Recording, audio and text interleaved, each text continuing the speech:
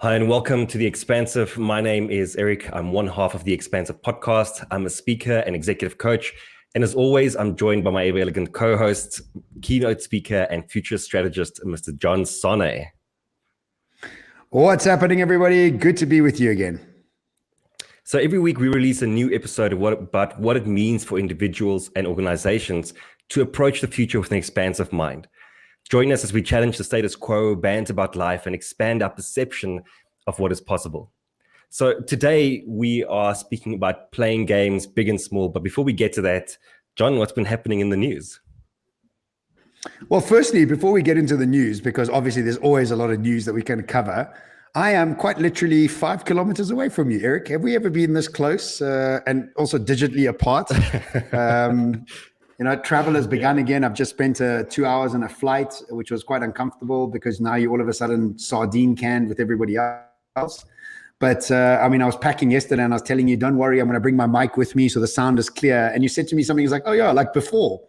And it hit me like, oh yeah, this used to happen. I remember, I've recorded podcasts with you from a hotel room in Amsterdam, from Dubai, obviously. Dubai, obviously, many times. A bunch of different places. And hotel rooms in Cape Town when I wasn't living there. And now I'm recording it from my friend's house, which is just 5 kilometers away from you. So, back into the sort of nomadic lifestyle, packing and unpacking. And, the last 2 times I've traveled over the last 2 years, I've become such an amateur in traveling. I've forgotten my toothbrush one time and the other time my underpants.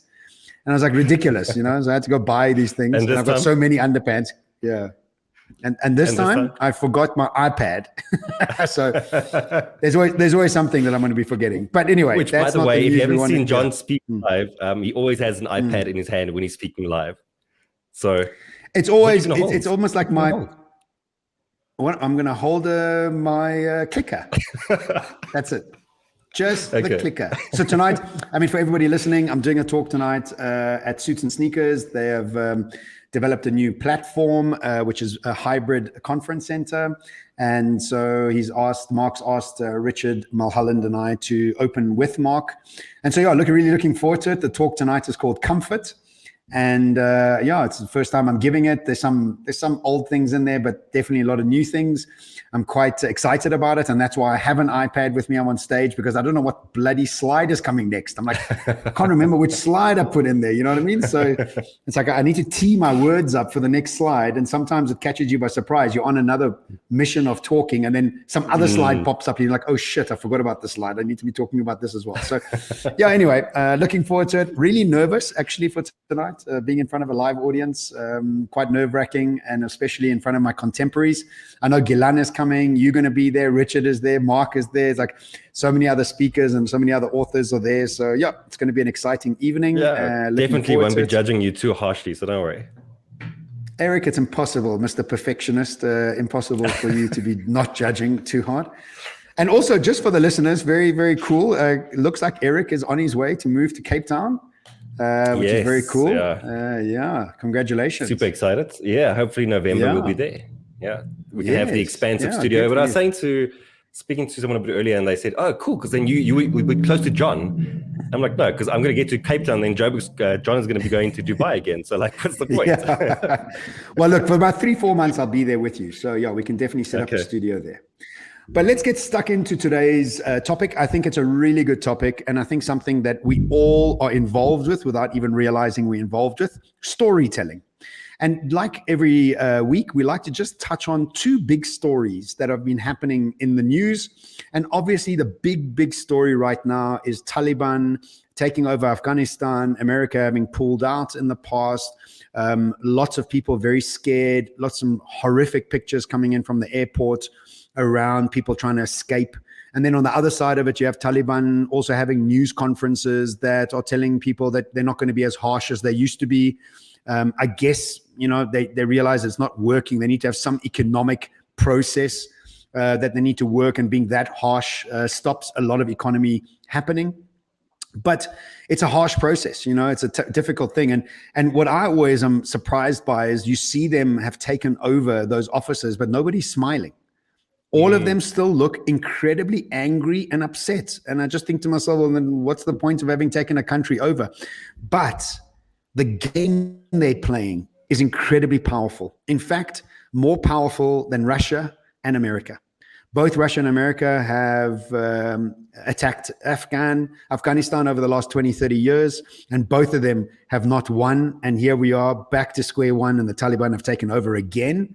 And so the long game that the Taliban have been playing, and it's really just because of their why. Their why is their religion. And I personally think it's a skewed version of the religion, because I think Islam is a beautiful, beautiful religion. Living in Dubai, it's a lot of peacefulness, a lot of kindness. And you saw when all the tragedy was happening in South Africa, a lot of Muslim communities were feeding people that were hungry. So I'm a big fan of Islam, but in this guise of it, I don't think anybody can be a fan of it unless you're such a hectic militant like they are. But the game they're playing is a long-term and very powerful one. What are your thoughts? Yeah, I think I'll just agree with you that, through the lens that we're looking at today, everything's about the games that we choose to play. And not only do you get to choose the game that you're going to play, but you also choose your commitment to that game. And if you are someone who's committed and convicted in the game that you'll play, you'll always outplay your opponents. Like, it'll always happen because you have time. Like, that is the one thing that you are committed to.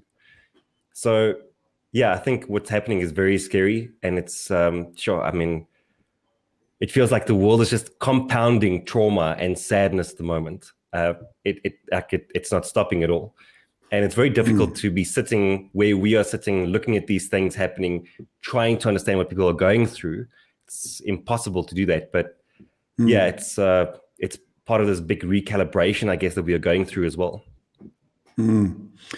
So, yeah, I mean, that's really a sad place. But if we look at technology, there's another story in the news this week is talking about Microsoft is looking to use Ethereum blockchain to prevent piracy.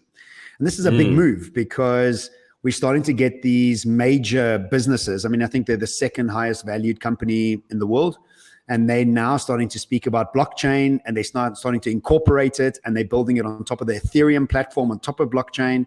And really, that's an incredible move from them, because with blockchain, we know that you have this ability to have no centralized security, but a decentralized security, meaning that every computer in the world is actually a security system for you, utilizing the blockchain decentralized security system.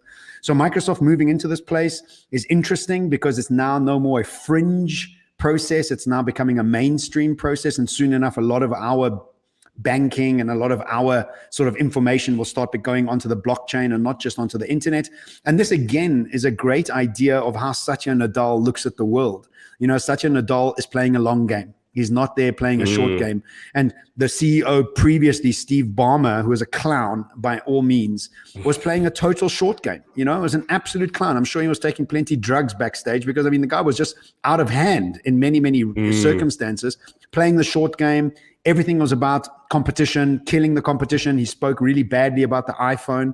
And I'm sure that quote hasn't aged well because he said it's rubbish. It's not going to last long. And Microsoft not getting into the cell phone game was definitely about him. But if you come and think about Satya Nadella, and I listened to an interview by a senior person at Microsoft, and he said when Satya Nadella arrived, he moved us from a know-it-all culture to a learning culture. And the Steve Ballmer was the know-it-all, and Satya Nadella is the learning culture. And what is a learning culture? It's a long game. It's a process of collaboration. It's about incorporation. It's about partnerships and opening it up to as many different players as possible. And that's Satya Nadell's speech over and over and over. We're here to help other people become great, and we're here to partner with other people to do so.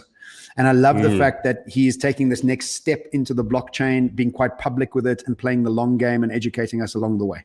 Thoughts? Yeah, I think that's the perfect segue actually, just to get into today's episode. Because as people can hear, you know, we are playing a lot of this idea of what is the game that you are playing. And earlier in the week, Seth Godin released an episode on his podcast called Akimbo, where he talks about the fact that we are always playing games. We are playing big games. We are playing small games. And you have to choose. Like, you don't get away from this. Everyone has to play a game. It's just how intentional are you being with playing that game, and how good are you, and how well do you understand the rules, and how well are you leveraging yourself through the game. And ultimately what happens is that we are constantly dealing with new inputs as the world is shifting. And because of those inputs, we have to make certain decisions. And we make those decisions because we have limited resources at our disposal. And so you have to constantly be reallocating your resources in order to play a better game. And so therefore, it's important to understand which game you're playing and what are the rules of these games, because your decision-making will then ultimately affect the outputs that you create. So he says that there are big games and there are short games, or small games. And I think the way that I'd like us to phrase for today is if we look at the games we play in our personal lives, is that essentially there's one big game, right? And one big game is this game called your life. And you are steering this in a very specific direction. There's something very specific that you want to achieve with it. But then intermingled. Hopefully, Yeah. Hopefully. Yeah. And then intermingled, there are like a ton of small little games that you are playing as well. And these range from, I guess you can call them small friendships. Let's call them medium-sized and small. Like medium-sized would be the friendships that you have. The things are still very important, right? And then smaller things would be, for example, like the social media game that you are playing, the brand that you are building, like the smaller decisions that you have to make every single day. So what I thought we could do is talk a little bit about playing the game and how we can play it better. Great. I like that, and I think we all have to realize, in Simon Sinek's words, we have infinite games and finite games. And most people are playing finite games. And what we need to start playing is understanding that the big picture game is an infinite game. It's a forever game. And that forever game is about what legacy you want to leave for people when you leave the business, the job, your life, whatever it is. What is the memory? What is the flavor that you leave them with? And that's the infinite game. You're playing the long game. You're playing a more elegant and more conscious and more patient game, which is really what we are all hoping the leaders of the world will do. But unfortunately, we are dealing with people that have framed the world in finite games. And a world that's framed in finite games can only see each other as competition, never as collaborators, can only see enemies around, never as partners. And so, in tonight's talk, I talk about the problem we have in the world is one of framing. And the leaders around the world, China and America, for example, the two old men that are running those countries are playing finite games. They're not playing infinite games. I'd like to think that Xi Jinping is playing a much more infinite game, because he's not playing, he's president for life, right? Whereas old Biden's only there for another 3.5 years or so. So he's playing a very finite game, and Xi Jinping's playing an infinite game. But when it comes to each other, they see each other as enemies. They don't see each other as friends. And that framing is a problem. And again, it's about playing the right game. Now, if we had the right leaders in place around the world, we would definitely have a more conscious approach to what's happening around us. This short-term profitability, finite game. This ability that we want to make staff work as hard as possible for as little money as possible, finite game. It's not an infinite game, right? So overarchingly, I think that we're playing an infinite game, and being patient in it is awesome. But then you get finite games.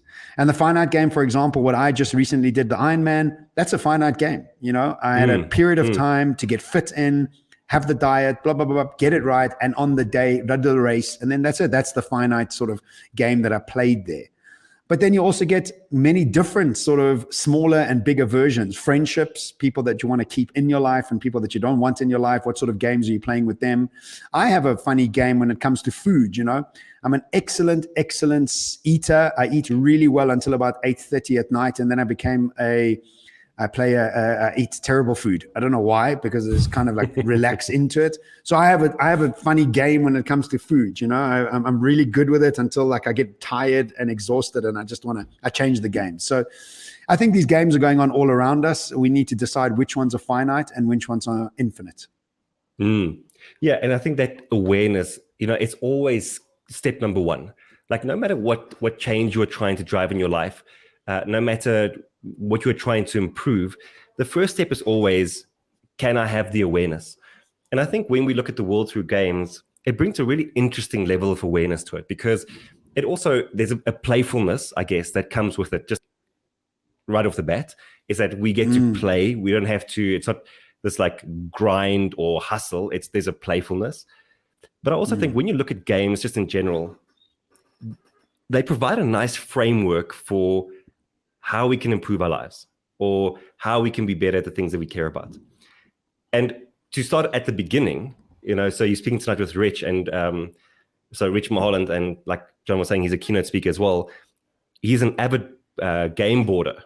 I mean, he has like 1,000 different board games. Yeah. What did I say? Yeah. Game boarder. Yeah. What would a game boarder be? Game boarder. A skateboarder. So I don't know, because he's also a skateboarder. A game boarder. Yeah. So the one thing I learned very early from him was that he always spoke about this thing called the victory condition. So I feel like once we identify that, okay, we are playing games and we have that level of awareness that, as you were just mentioning, there are infinite games and there are finite games, meaning that there are long-term games and there are short-term games that we are playing, and that we are playing games at different levels. And some of those games have a bigger impact on our lives and in our businesses than other games do. But you have to play at every level. And the way that you choose which game to play is ultimately going to dictate a lot of the success that you achieve in life or the kind of relationships you have, etc. So once we've accepted that, then it's really important that we also understand what our victory condition is going to be. So this is the thing that Rich spoke about. What is your victory condition? Because every game that we play has a victory condition. If you are playing chess, then the victory condition is that you have to capture the king. If you are playing golf, then the victory condition is that you have to have the lowest amount of strokes on any given hole. And it sounds so simple when we say that, because I think all we're trying to say here is you have to have a goal. You have to know what winning looks like. But I'm always very surprised that when we start breaking it down and we say, well, what does winning look like in your relationships? Often people don't have answers to that. Like, I mean, if you ask me, I'm not even sure that I have an answer to that at the moment. So it's not that I'm free from that. But I think the clearer we can be on what a victory condition is for the games that we are playing, both big and small, the more intentional we can be in creating that victory condition. And without it, you are simply playing this game on autopilot, and there's no way that you're actually going to end up being the victor. Yeah. I like that. I would add to that a failure condition to also know when you're not winning, so that you're not just keep doing what it is that is in the failure condition. So both are important. And, it's so funny. I changed, and, victory conditions can change, right? So my victory condition pre-Ironman was to finish the Ironman. My victory condition post-Ironman was to hibernate like a big bear with a belly in the winter of Cape Town. And so I love that meme the other day. It went out, it said, I'm everything you've ever dreamed of with a belly. And it's funny because my victory condition changed to, I actually want to sleep in to 7:30, something I've never done in my life. And pre-Ironman, my victory condition was totally different. So you can change your victory conditions on these sort of processes. And if we think about your career, Erik, and both our careers, we have incredible amounts of work that we put in behind the scenes to build talks, build strategy sessions, research, read, write, edit, the story, write the books, PR them, and you just keep going. Even this podcast is part of our career. And then you don't always get immediate feedback. You don't always get immediate clients. And then, 6 months down the line, you will all of a sudden get a rush of clients coming. And that shows that you're playing a long game, because if you're measuring success based on weekly sales in our business, you're going to be having a terrible time of it. But if you're playing the long game and you're playing the infinite game, you're constantly improving and you're constantly putting content out there, and slowly but surely these things start to come around and start to pop and start making sense. So it's also important to realize not to give up, because if you are playing the long game, you then don't give up. You're much more patient, and you also invest more, and you're waiting longer for profits and returns. And that's playing a game of patience. But if you're impatient, then obviously you can never build anything long term. So be clear on your victory condition, but be as clear in your failure condition. Because if your victory condition for me was to still wake up at 5 o'clock and go train in the flippin' freezing dark cold of Cape Town at 6 a.m., which I never want to do again, because it's a horrible thing to do. But unless I have a race, right? It was a horrible. But if my victory condition was still to do that and I kept sleeping in, geez, then I'd be in a totally miffed place about it. You know what I mean? So important to know, one, we're playing games. There are multiple layers. Sign up for the game, get involved, and understand which is your victory condition, which is your failure condition, what actions are required for those, and be clear that you can change those conditions as you go along, as and when you feel you need to. What this reminds me of as well is that essentially you are the game master, right? Like this is your game to play. You get to choose. And what you've hit on now is that firstly, that you can decide what the victory conditions are. And in certain instances, that's going to be very true. In certain other instances, there's going to be a victory condition set for you. You know, if you want to compete in the market, there's going to be a certain victory condition that says, well, if you don't do, let's say, $2 million per year, then your business won't survive. Whatever. Like there are going to be certain victory conditions imposed on you. But to a large extent, there are many victory conditions that you can control. Something I'll never forget that you said to me, which layers in well to this, is that you also need to know the rules of a game so you can break the rules of a game.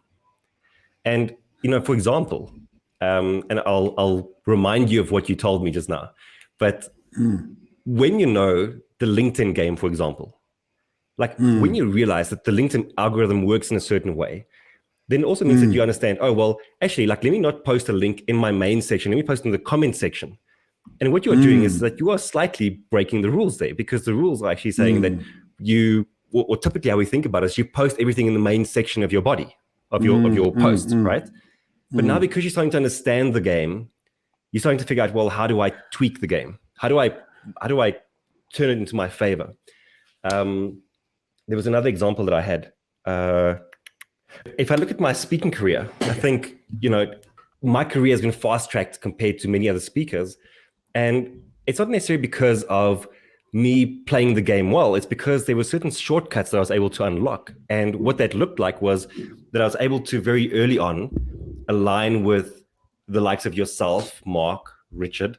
And because you guys were much further along than me, but still understood my work ethic, you guys brought me along on the journey. You opened up doors for me.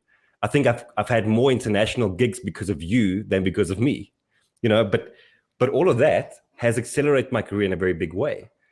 And so I think understanding the rules of the game means you can also think, well, not in an unethical or weird way, but where can I find ways that I can kind of shortcut the process? Because there's always cheat codes. Like any game has a cheat code. So like, what is the cheat code that will help me to achieve my victory condition, perhaps in a shorter time or in a more effective way?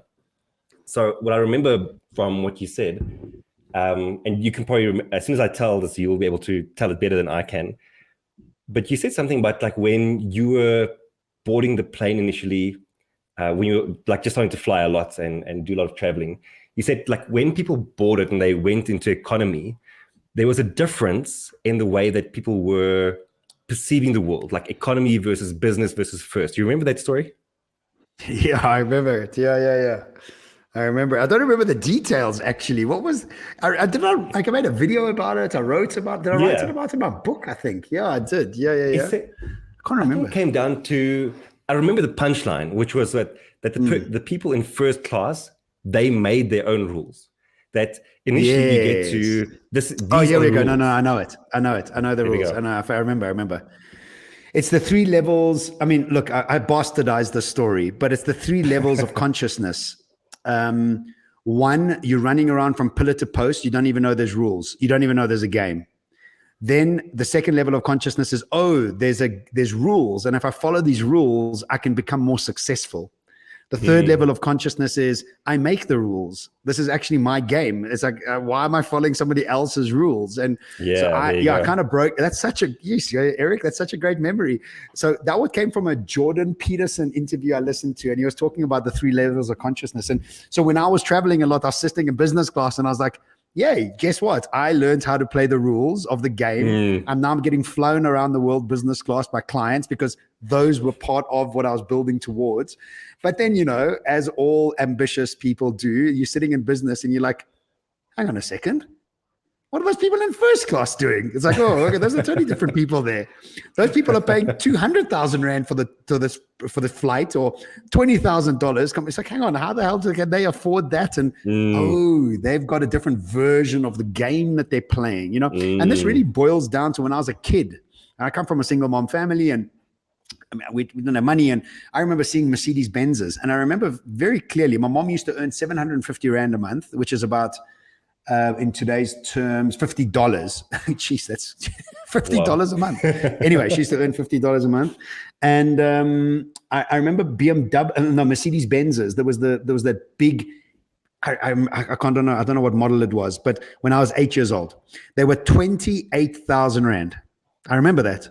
And I used to think to myself, who in this God's world has 28,000 Rand, which is $1,000, maybe $1,200, when my mom was making $50. And I didn't realize there were all these levels of games as an 8-year-old boy. I was just totally befuddled by it. I just couldn't understand it. So yeah, great point there. You know, the 3 levels of playing the game. I don't know I'm in a game. I'm going to follow the rules to get better. I'm going to make the rules to be the best. That's such a fantastic finisher to this podcast and this section of playing games. Yeah, that's great. Love that. Yeah, shall we go to questions?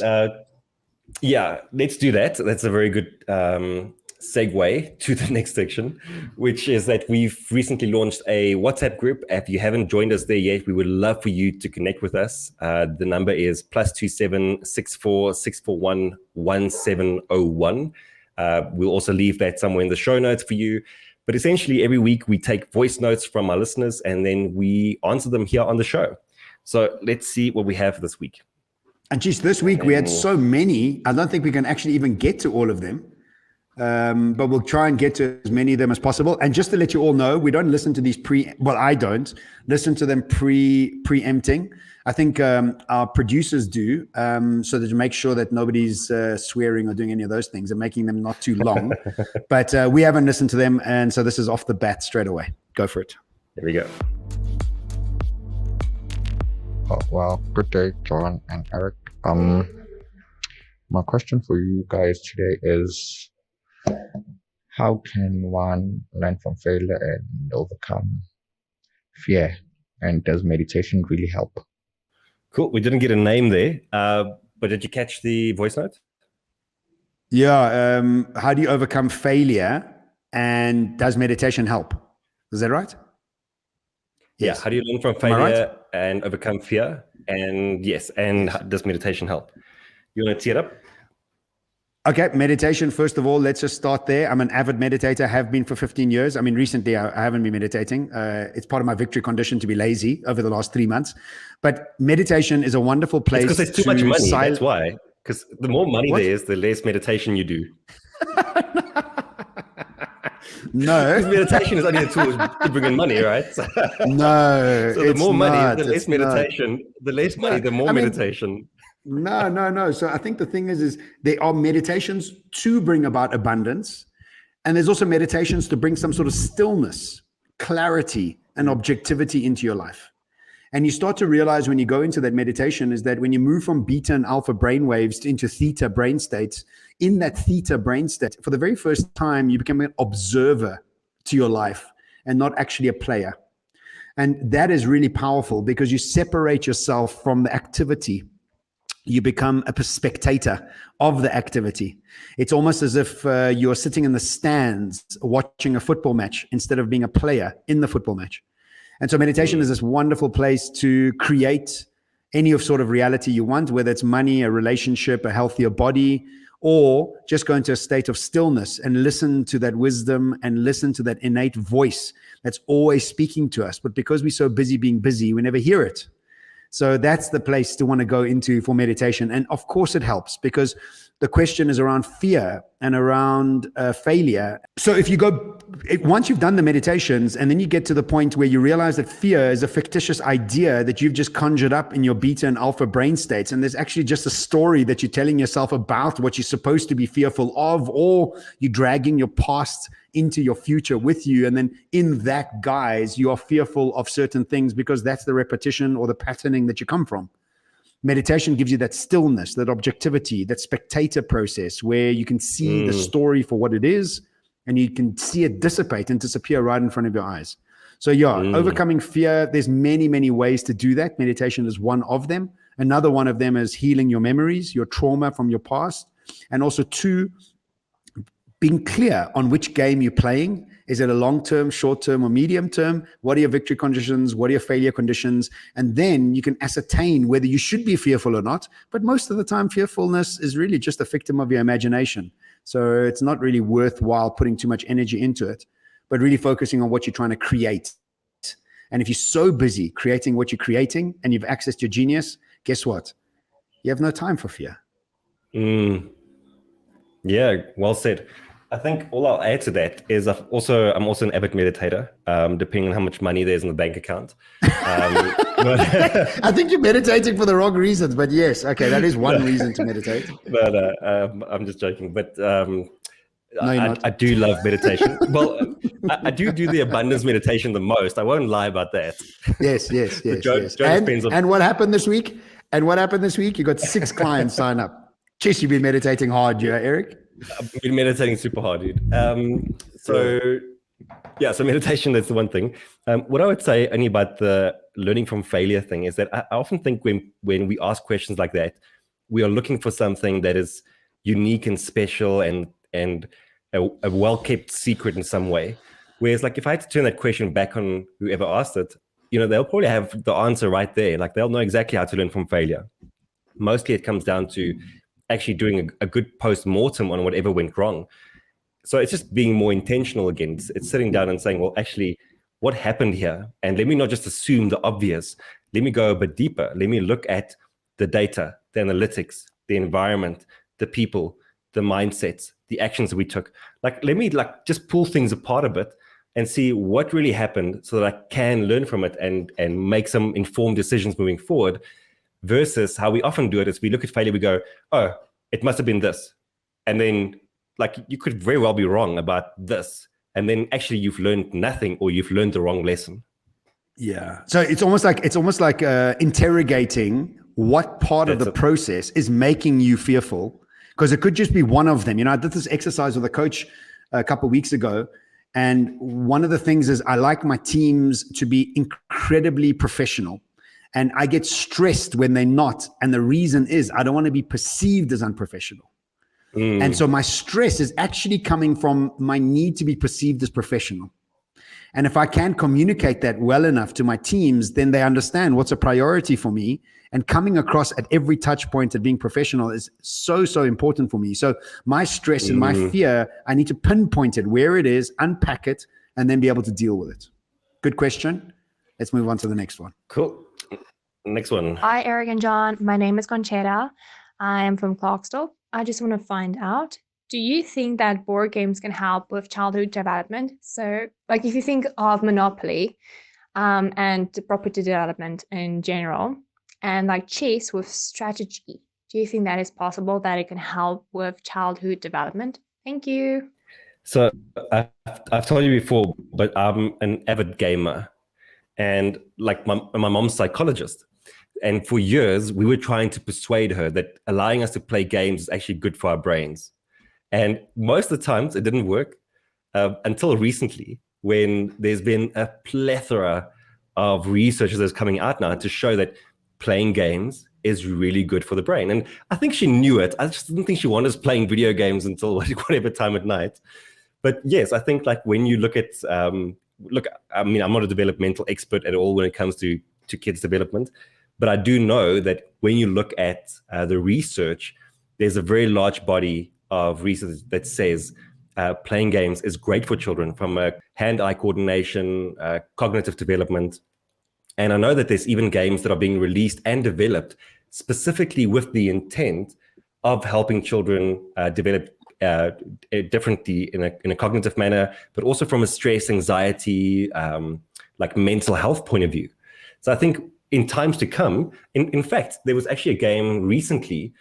It was the first game to be accredited almost as medicine, right? Like, I can't remember the details, but I remember seeing it, that it was the first game that could actually be prescribed for kids with a certain condition because of the way that it helped them out. So yeah, I definitely think that there's tremendous value in having kids play the right kind of games very early on, board games or video games. Yeah, I think, look, decision making on the fly is a really important thing. And a lot of games have to force you to make decisions very quickly on the go. And also collaboration. You have to collaborate with people from around the world in many of these teams, or if not just on your board game. So this opportunity to think strategically, to think short-term and long-term, to make decisions on the fly, and also collaborating. I think these are all wonderful processes. But like with anything, the intentionality behind what you're doing is important. In other words, I can train because I hate my body, or I can train because I love my body. We've all heard that cliche saying, but games is the same thing. You know, the application that you're putting into it with your family, your kids, whoever it is, what are you going in for? Is it to go and escape? That's also awesome. But if you're only going to escape all the time, that's not going to help anything.